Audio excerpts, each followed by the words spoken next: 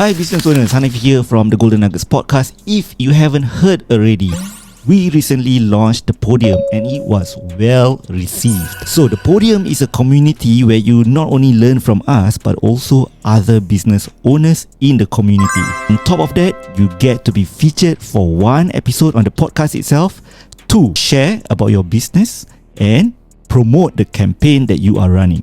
To be a part of the Podium, you simply need to sign up at tgnpodcast.com/thepodium. So this $250 startup price offer is only valid for the next 10 sign up. So see you on the Podium.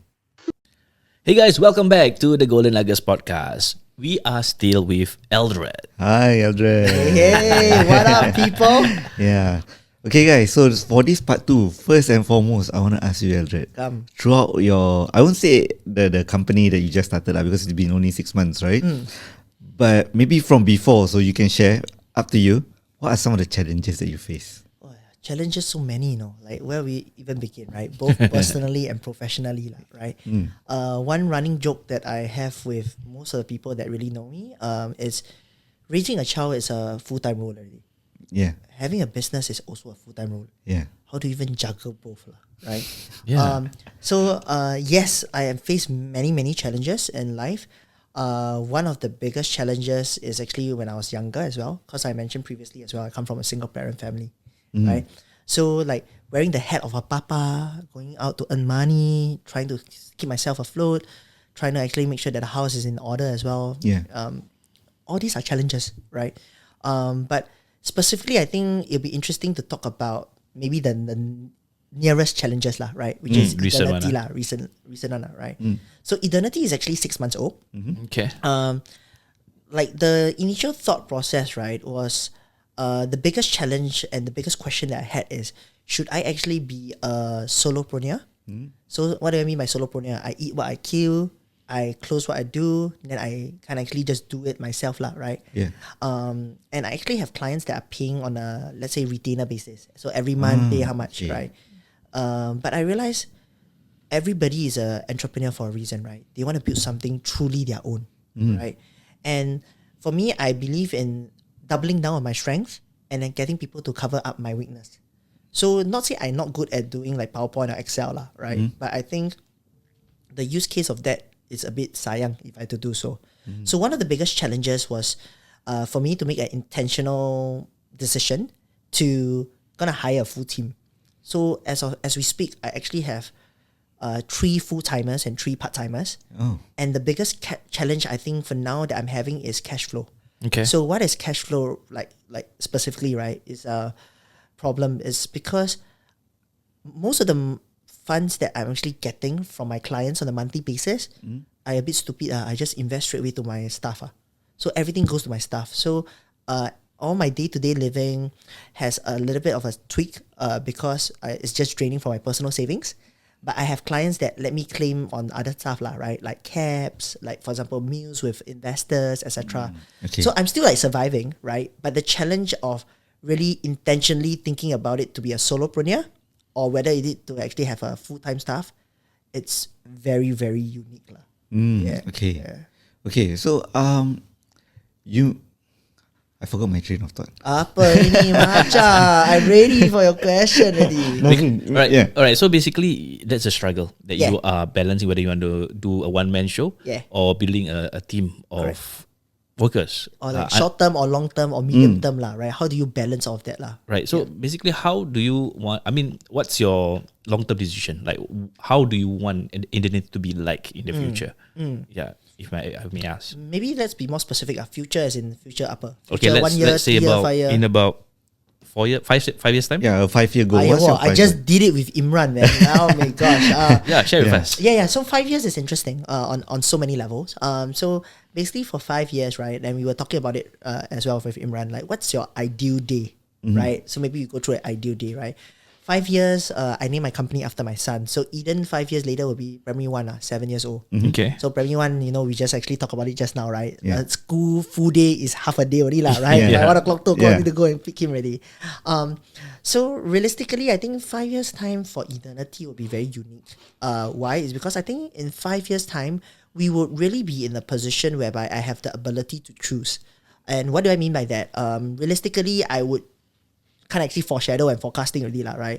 I think in 5 year time, I will be very, very surprised if I haven't actually hit the $1 million mark in terms of, let's say, revenue. And cost-wise for my firm is really not too much because there's no equipment, no anything, right? So it's really more towards my time cost, as well as the team that I'm hiring and maybe a bit of like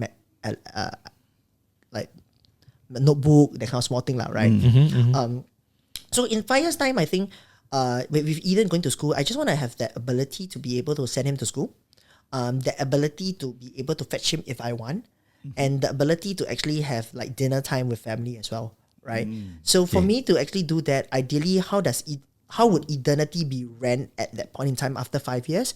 Is realistically speaking, I would be probably focusing more towards the networking and the relationships with investors and clients. And the team itself will probably, realistically speaking, should have like 2 people on the ground, really more towards doing the Excel, doing the PowerPoint. They could be leading paperwork paperwork, not really paperwork cause a bit of like admin admin, right? okay. Yeah, but they also do the business plan, the financial model, right? So with my guidance, of course. But so realistically, I think it'll be 2 full-timers, 3 interns. I run a very lean team, but this lean team can havoc in this specific industry that I'm in. So I'm getting into very, very specific because same thing like we were discussing, right? Is it short-term, medium-term, or long-term? Right. Yeah.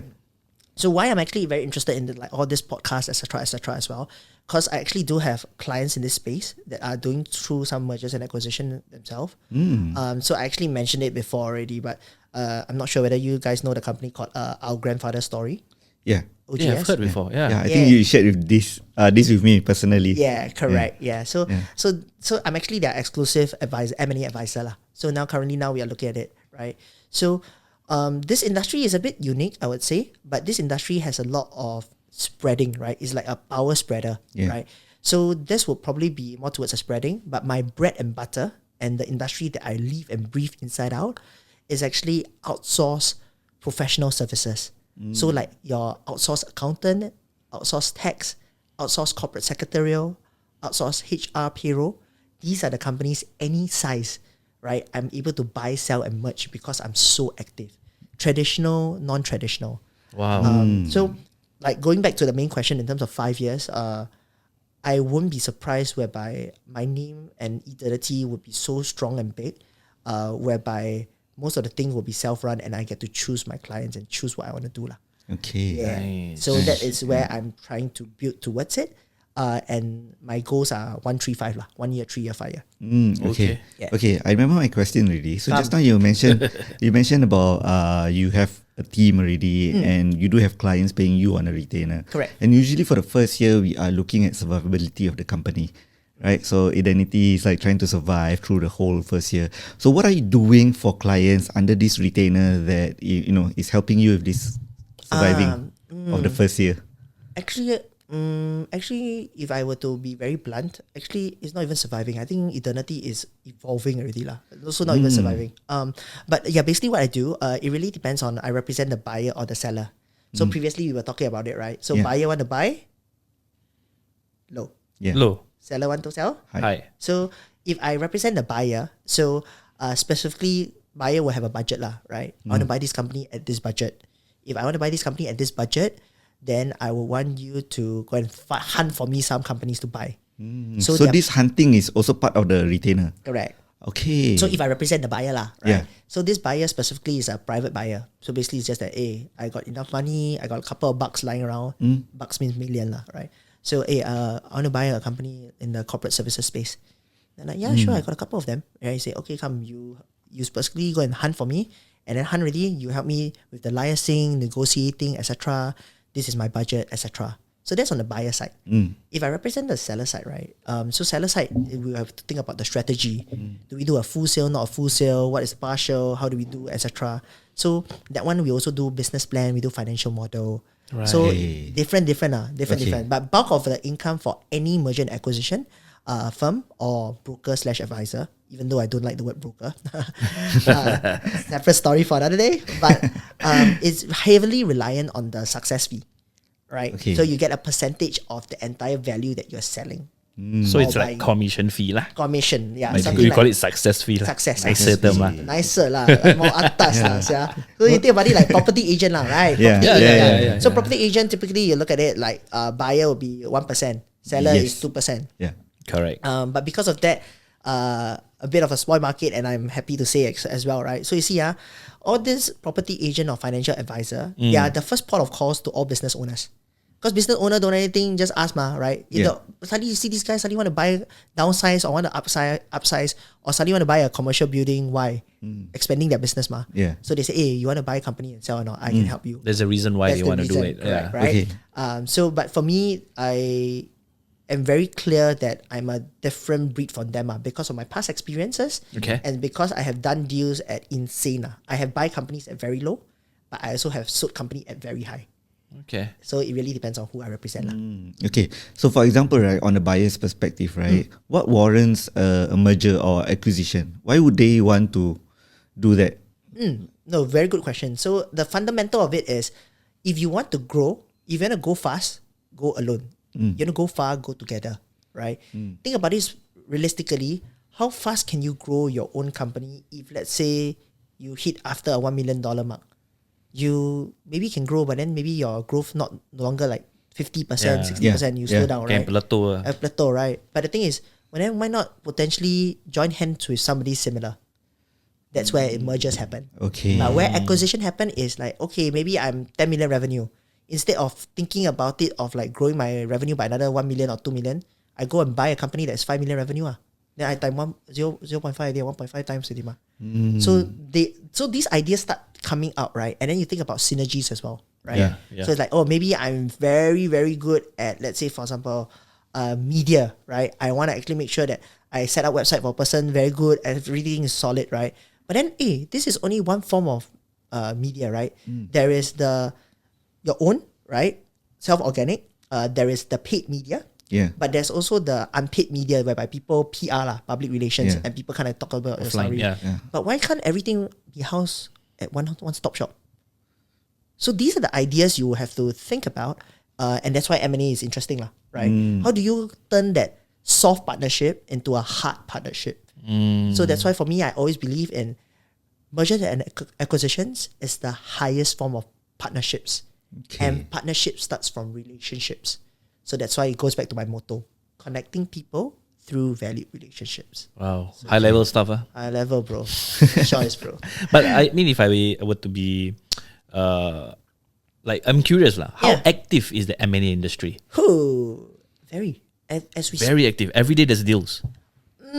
not say every day there are deals that are happening like buy sell. Maybe lah. like minor negotiations. Every day got negotiation. Every day myself I'm negotiating Okay. for buyers and sellers. Every day I will have people sending me new, this company looking to sell. Are you interested? This company, etc. So it is very, very active. Active why is because so it's a little bit of a cliche thing, but I think most entrepreneurs started off their business like their baby, right? Yeah. Passion, I want to Yeah. do something like that. I want to create an impact by Create myself, impact blah, blah, by blah. myself, etc. Like even Edenity as well. I want to change the world. Yeah, on that topic, I specifically tell my son, really, this is true story. I don't tell my son I'm going to work. Papa no need to go to work. I tell him like, Papa is going to change the world. And Okay. at that point in time, my son haven't reached 2 years old, right? He likes to mimic things. Then he suddenly say, change the world. Then here you have my wife looking at like both the papa and the son. Alamak, I taking care of 2 kids. Change the world, both hyping. But it's true, right? But on that note, right? Change the world, right? But after a while, you also have to think about planning my legacy, right? Do you hand it over? Do you not hand it over? I'm pretty sure you guys have heard so many stories, right? Yes. No choice, close the business, right? Just close. So sayang, what? Yeah. Yeah, so like just to go a bit deeper as well, the reason for the divorce, right, with my father and my mother is because of multiple failed businesses. Okay. So my dad squandered away close to 200 grand 30 years back. A lot of money Which is, yeah. like millions now, right? Inflation. Oh, okay. But But the thing is, right? He was doing a lot of business like encyclopedia. He was doing like kids toy, etc. Okay. But then here you have actually owners that have withstood the test of time, 5 years, 10 years, 20 years, but no succession, forced to close down. Yeah. Then you have a lot of people. There's a saying, right? 99.99% business owners fail. Correct? Yeah. There's only that 0.01. And yet this 0.01 withstood the test of time, but then no exit plan, sayang, close down. Right? Never, cannot sell. So that's where I think Edenity's mission is really to help SMEs to kind of actually potentially be investor ready. They don't need to be selling, but they need to be ready. Yeah. And I think few pain points lah, right? 3 pain points is really more towards number 1, don't have proper accounting, no internal control. Number 2, no online presence. Wow, I know of this. I know of the company. I tell you, Tell me about it. oh my gosh, man. Dodo, you know Dodo fishball. Yeah. So there's the vegetarian version of it. No website, no Google Map, no nothing. But they're in business. They're in business. You guess revenue how much? 3 million have. Bro. Really? Bro. And then suddenly someone tell me, hey, Eldred, I want to sell the business. Okay, you want to sell? When you want to sell? I want to sell in 3 months' time. Okay, this is a great segue because I wanted to ask you about the seller's perspective. Okay, come. What are some of the points that they need to look out for, that they need to have before they approach you, such that when they get the valuation, right, it is that high valuation that they want. So this is like perfect. Like you mentioned, he doesn't have like online presence and that kind of stuff, right? Correct. So I think there's an A-star checklist lah, obviously, right? So it's very simple to think about it. It's the flip of what the investor want. Can you think about it, right? How is a good business to be sold is when the investor all want to snatch and buy lah, right? So investors typically look at a lot of things, right? But one key thing investors always look at right now is positive cash flow, right? Okay. Is the business generating revenue as it is, right? Yeah. The second one, can the business run without the owner? Because if I buy, the owner stay or don't stay, I don't care lah. Ideally, don't stay. The business to run lah, right? Yeah. But unfortunately, a lot of businesses have like owner strap, right? The owners are owner strapped in the business really. Correct. Yeah. So that's where I think even for myself, that's why to answer your question in terms of 5 years, I think Edenity should be at the place whereby it's able to self-run operationally wise, right? And me as a founder, ideally, I step back and it's really more towards networking and relationship. Yeah. So going back to the checklist lah, right? Checklist, recurring income, ideally online presence, really more towards does it fit into their investment motto, right? And ideally fitting into the puzzle lah, right? Are they a very good puzzle piece, right? Some of them are also thinking about like very specific. Specifically, they are actually looking at it. If I were to buy this business, is it gonna be a one-time, or can I buy more of this kind? And can I actually consolidate the market? So that's why actually there are a lot of consolidation plays going around, whereby investors realize, I'm a little bit biased, but you know, like accounting and tax, CorpSec and payroll. Want to make a guess, rough sense, profit margin, what's the percentage? 80%? 80? Apa sia? Profit siul. Oh, profit? Profit. Oh, I don't know. Okay, typical business. What do you think is a good business? Let's say revenue is, let's say $1 million. Let's cap lah, 1 million. If let's say net profit, after minus all the expense, what would be a good business? No right, no wrong. I just want to hear your answer. Maybe around 50%. 50, Okay, your case? Realistically, 40%? 40%. But you think about it, there is a deeper question, right? So, is it going to be recurring or is it going to be a one-off revenue? Yes. Okay. Right? Yeah. All this kind of thing. Your profit is with proper profit or you're not paying the key staff properly. Because you think about it, it's always going to be a chicken and egg, right? Yeah. You want to actually have high profit, then you pay your staff low lah. Yeah. But you pay your staff low, then lower quality. Then lower quality, then to the charge the clients, client. So realistically, I would say for me, from seeing so many business models, I would say the best ideal is really more towards 25 and 30%. But you need to prove that it's recurring, right? Okay. So that's why for investors are looking at, that's why SaaS so popular lah, right? Software as a service, right? Anything just renew, buy. Yeah. And you don't even look at it anymore. Suddenly, my card got deducted. Right? Yeah. So recently my wife was telling me, hey, this one correct or I think correct. I think like after you got a threshold, right? Like maybe okay, below $10, no need to check really lah. That kind of thing, right? So that's why with all of this in mind also, investors are looking at the consolidation play. Okay. So these are the things. So basically, recurring income, right? Ideally, is there. And why I'm not answering the question directly also, it's because, so maybe you have a bottle here, right? But this bottle is full bottle, right? So let's say, as example, the bottle is half. Okay. Assume half, Okay. Is the bottle half full or half empty?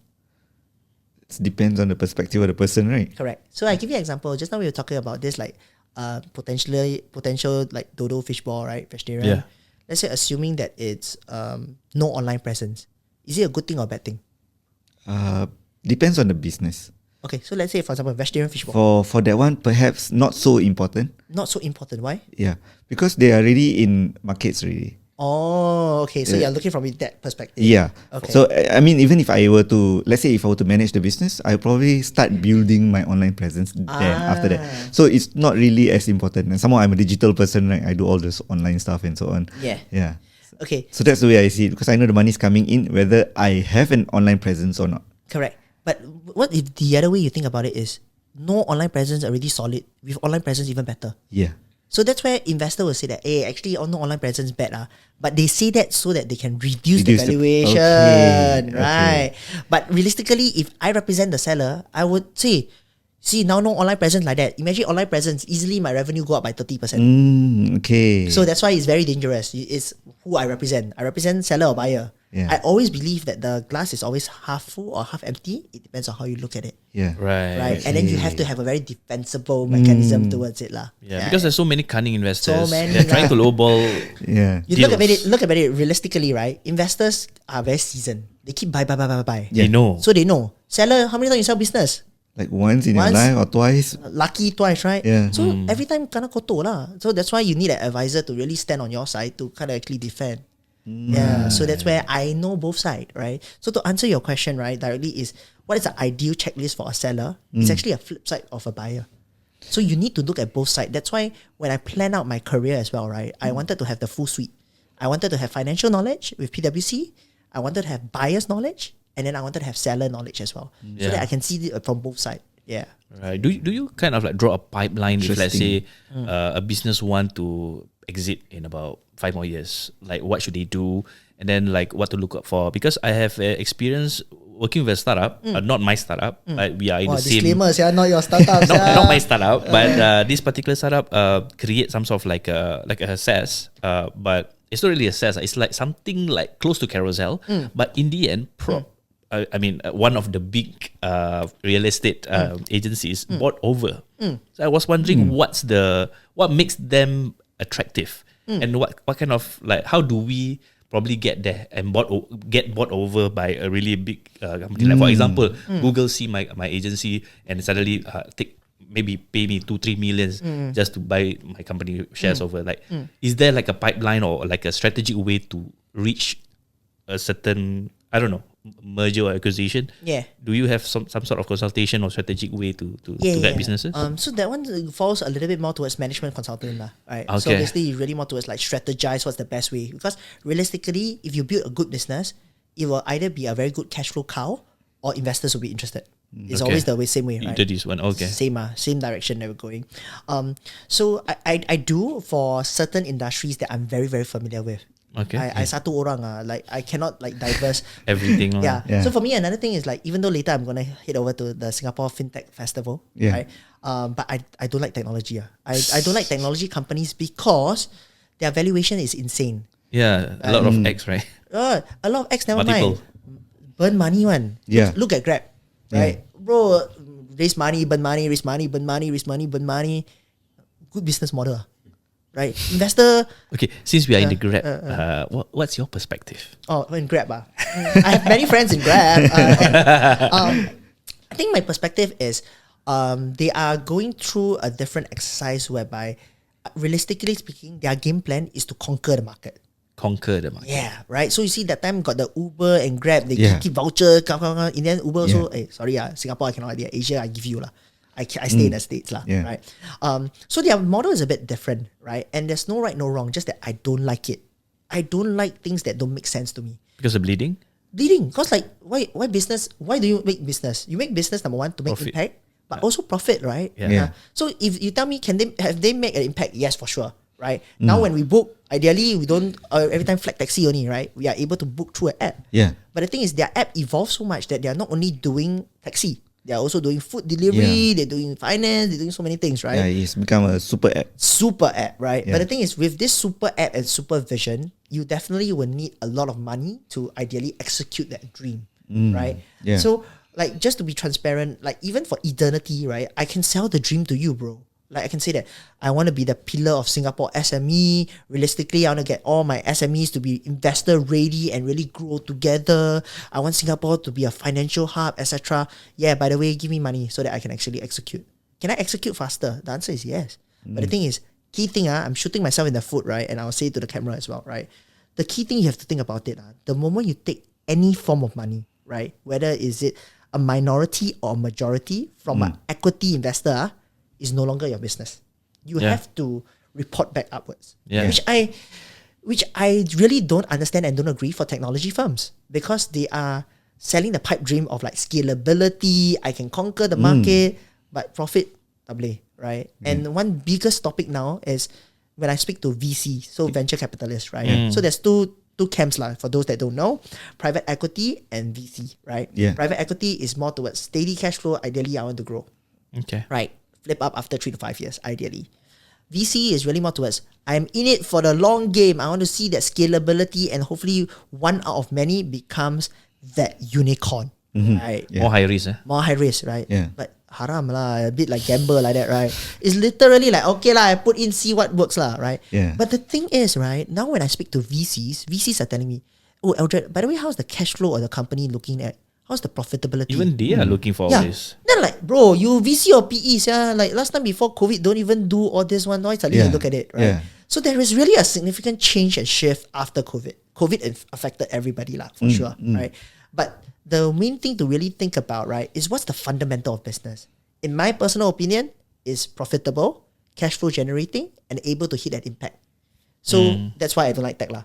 Yeah, even though there's some disruption. So for me, I don't like pure brick and mortar company also lah, right? Need to have some form of tech, but it should be tech enabled or hybrid. It shouldn't be pure tech. Okay. So I stay away from tech lah. Okay. Okay. Given that you've already given part of the equity to like these companies, right? How do you handle fluidity or flexibility of ideas and that kind of stuff? Knowing that you have to report back to somebody. Yeah. So like I mentioned as well, like the moment you take money, it's no longer your company. Yeah. So the people that you go to bid with, lah, for like a better word, needs to be very aligned. And people change, company also change, right? So go back to the point whereby I was telling you just now, right? Like this person want this specific office at this specific what, right? If the investor is willing to cut corners and give him that, then it's a very good fit already, right? To really prepare for yourself, right? To make sure that it's super aligned, is really to be very transparent from day one, both sides, buyers and the sellers. But without a middleman to kind of actually mediate all this, right? Virtually impossible. Yeah, so most of my roles sometimes I always say is problem solving and firefighting, right? Just to make sure that it's aligned with us. Not aligned, never mind, next. Right? Yeah, I very steady one. Yeah, so yeah. Okay. That's why they show like Shark Tank works, bro. Yeah. But then Quick fire way, but they don't have him in between to like mediate. Like, no, this is wrong. This is Hey, no. Actually, God no. Now a lot of people doing the Shark Tank review. So basically, they look at the Shark Tank. okay. Then they look at the video. Then they review the video. So they say from two perspectives. But Shark Tank angmo lah. Sorry regardless of race, language or religion, Singapore pride lah. Maybe if you want to do Singapore version, I'm more up for it as well. But wait, Angmo way of dealing things and local way of dealing things, Sama how lah. different is it? Sama. So basically, I was speaking to an M&A lawyer based in the States. His name is David Edgar. So when we were discussing on comparing notes as well, the Asian culture and the States culture is really very, very different, right? I have one potential client of mine that actually has companies in the States and in Asia as well. And after what he told me, too much for me to handle. Can you settle the Asia side? I focus on the States side. So like specific like thing, right? I could even give you like a high level sense, right? Let's go into the nitty gritty. Let's say, for example, the way we live life, right? In Asia, it tends to be a little bit more fast paced, right? we are more fast paced in general, especially in Singapore. Yeah. We don't talk about Indonesia, we don't talk about a bit slower pace lah, right? Yeah. In Singapore, it's really, really very fast paced. In the States, depending on which state you are at, some of them are relatively at a slower state. Okay. Chill one. Yeah. Some of them is like, oh, when we do business, it's not about relationship. I just want to upfront tell me what's your terms. You want to hee hee ha ha, no need already, bye bye. But in Asia, most of the time you need to have that a bit of like hee hee ha ha. Yeah, and the entertainment side of things. Yeah, I vibe with you already. Business, everything we can settle, right? But in the States, more a bit different lah. Right? Some of them are moving towards that because they are working with a lot of China, right? They're working a lot of business partners in Asia. Then they bring over the flavor over. But theirs is more straightforward lah. Yeah, in your face one. You're like, hey, okay, the number don't work out. Don't work out already, bye-bye. Don't need to talk. Yeah. Wow. Yeah. So that's the main difference lah, I would say. A lot of smaller differences lah. Yeah. I see. Wow. Great. Which one is more cutthroat? Cutthroat depending on who I cut lah. Cutthroat wise, I think depends on your definition of cutthroat. I think both sides has its merits, right? So like you don't want to be like, oh, I hee hee ha ha with you for like few sessions already. After that, in the end, cannot do business at all. But Waste time only, Waste time only, right? But then you also don't want to be the case like, oh, everything just business only, then no vibes. Yeah. Yeah, Right. boring. So you need to be in the middle. Sama. So every time for me, what I do, I always feel that it's in the middle. Yeah, Find the so balance. Find the balance. The balance is tough. Right. Okay, before we end this second part, right? Yeah. Probably I have a last question. I'm not sure about you. Yeah, I It's do like- have one. But I'll let him take one first. So you with wealth of experience and expertise in M&A and then being a dad. Yeah. What one advice would you tell your son when he grew up? No, excellent. Maybe grow up what age? Okay. Imagine that he is in his turning point, like for example, after NS. Maybe 18, 19, that age. Around that age there. Being a man in Singapore context, be after NS. Correct. What's the advice that you will tell him to decide on his life? Because we are at a position that we are doing it right now. Correct. But what if later, if you have to say it right now, what would you advise him to in life and in business, in himself? I think one key advice that I'll give him, and I'm already drilling it from now, right, is I want you to be fully yourself. And what do I mean by that? I want you to not be swayed by what people are saying, but I also want you to really be yourself and to be the better version of yourself, right?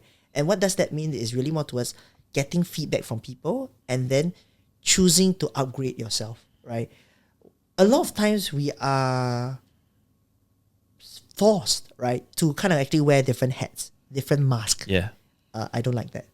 Why? Is because I think life already tiring lah, bro. How many face you want, right? So so even though like for example like my wife was also telling me like, oi, like you are really very genuine. Like everything you say makes sense. I say yeah, but the thing is because I truly believe in myself. Have I gone through deepest, darkest time myself? The answer is yes. But that made me who I am today, and I won't change that, right? So I think like if Eden would be 18 or 19 after army, it'll be very interesting because why? I just had this conversation with one investor as well. So this investor is roughly the same age as me lah. Okay. But the investor from 10 years old started going around with his dad for businesses, and the dad does engineering company, but the dad also does M&A and buying smaller companies. Wow. So from the age of 10, bro, he's been going around like finding company, talk, see what to buy, etc. So by the age of 18 and 19, you cannot ask him the simple question already because he's been following his dad all this while, right? But one thing even though I named the company after my son Eden, so Edenity, I don't think he needs to be in the M&A scene, but Edenity will be a platform that allows him to actually have the network to do whatever he wants.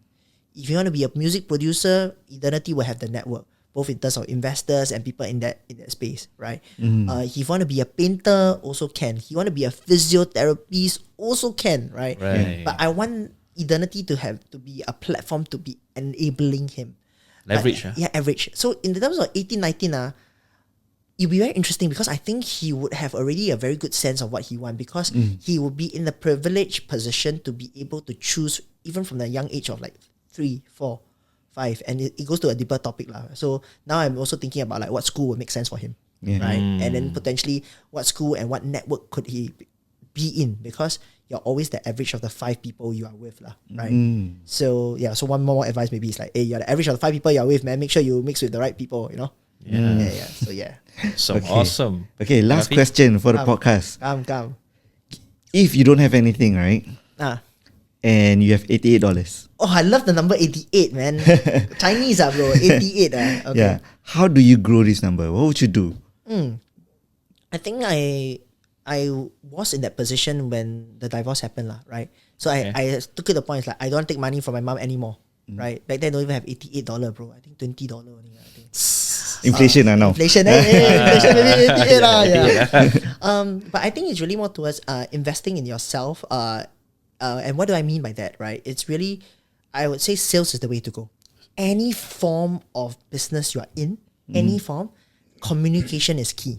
And how you communicate with people and how you build that relationship is pivotal to whatever you're doing. So Learn sales. Yeah, not really learn sales. I think first and foremost, learn yourself. You have to learn yourself is what are you good at, what are you not good at, right? And then realistically, what is a good skill to double down on your strength. So not everybody can be a speaker, right? But some people maybe very good at technical, right? Maybe you ask Eldred to kind of actually write an essay. Cannot lah, write poem.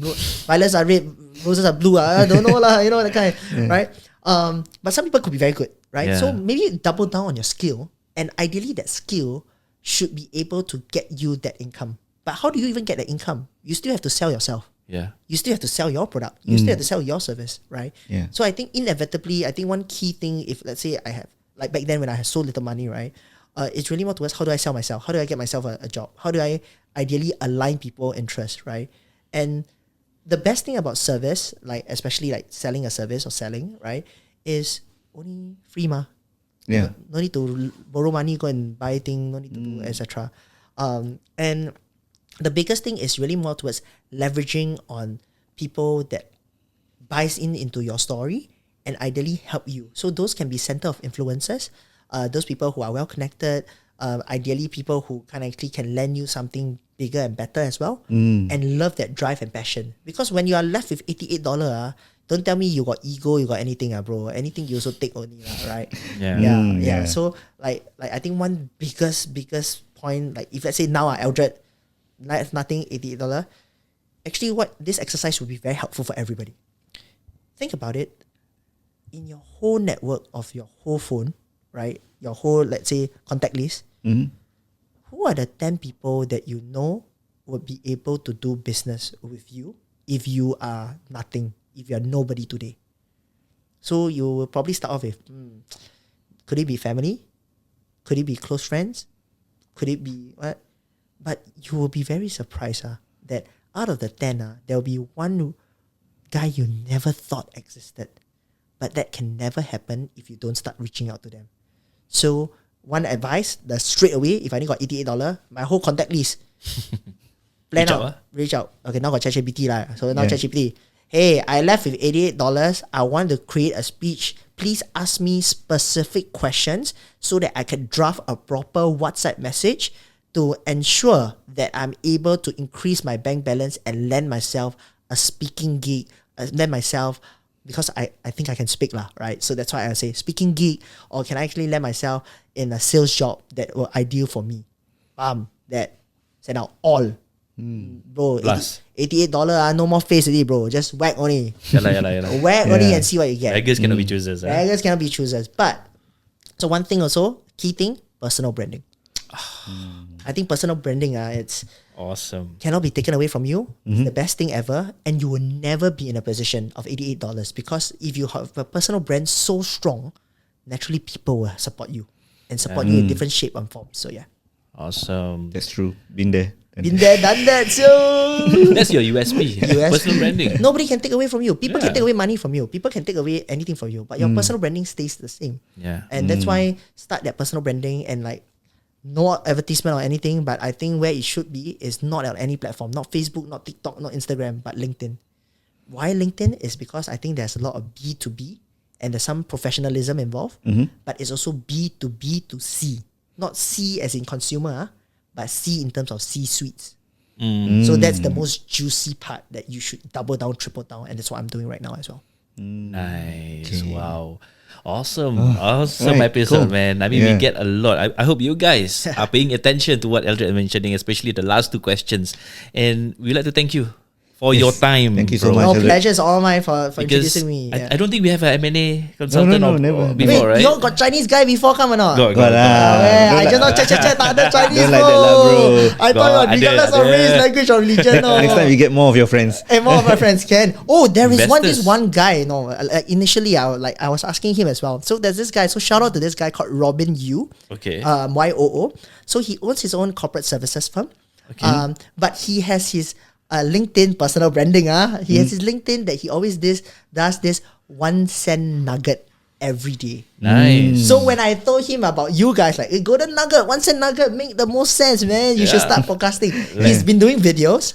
Okay. I'll definitely show him this episode, and then I will introduce him. Yeah. to you Okay, guys as well. let's add Robin. Yeah. In LinkedIn. And if you guys are really interested in getting Robin to be a guest at the show, drop us a comment, right? Yeah, and Robin will be very interesting. So a bit of background of Robin as well. He's also a fellow Hainanese, right? So he's soon to be joining Hainan Business Chamber. But the key thing about him is he used to be a corporate, right? He worked corporate and then he turned into an entrepreneur. Nice. And most Interesting. of his posting is all about compare and contrast between corporate and Entrepreneurship, and yeah. the journey. Okay, cool. And he'll be a very good person to join this Perfect. podcast. It's gonna be perfect for our listeners actually. Perfect, Those man. of them who are still in the middle. In the fence, don't know Yeah, what on to the do, fence. right? Correct, Yeah, correct. yeah. Yeah, that's probably our listeners. They are probably the business owners or entrepreneurs or aspiring ones. Okay, so before we wrap it up, where can people get connected with you? Okay. So I'm super active on LinkedIn. So do any LinkedIn. on LinkedIn, right? Okay. So it's Eldred. So not Alfred, not Eldred. So normally what I say is 100 Eldred. So it's easier. Yeah. So it's EL. ELDRED. Correct. Okay. And yeah, definitely check out my website, edenity.com.sg, named after my son. Those are the two that I think will be the best way to connect, reach out to me. And I'm also launching my own event as well as launching my own podcast. And that will be very interesting and exciting, right? And let's see how we can actually all work together. Right. All right, we wish well for Eldred, and Oh, thank you so much. Thank you to you guys for listening for this episode, and I hope you guys get tons and tons of nuggets from this episode because we do, right? Yes, definitely. and yeah, stay tuned for the next one. Take All care. right. Cheers, guys. Peace. Right, see you. Bye Bye. bye. Bye bye.